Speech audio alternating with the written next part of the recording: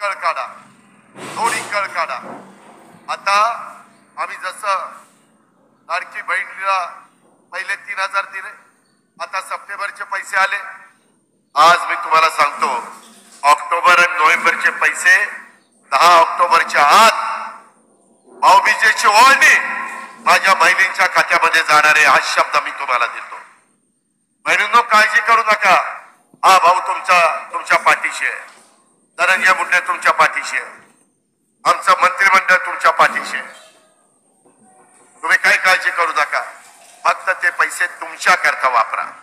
इतके दिवस तुम्ही नवऱ्या करता, मुलाबाळांच्या करता वापरलं, स्वतःला काही पाहिजे असेल तर मुरड घातली, नको मला घेण्यापेक्षा कुटुंबाला घेईल, पण तुमचाही अधिकार आहे ना।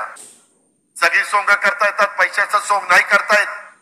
आणि त्या करता तुमच्या डायरेक्ट अकाउंटला पैसे टाकले, मग डायरेक्ट अकाउंटला पैसे टाकले, मध्यस्थ नाही, डायरेक्ट अकाउंटला पैसे, डीबीटी।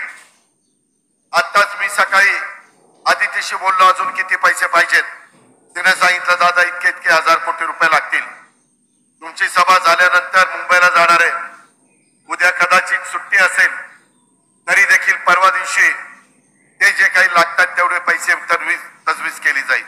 उद्या कदाचित सुट्टी असेल तरी देखील परवा दिवशी ते जे काही लागतात तेवढे पैसे तजवीज केली जाईल, काळजी करू नका।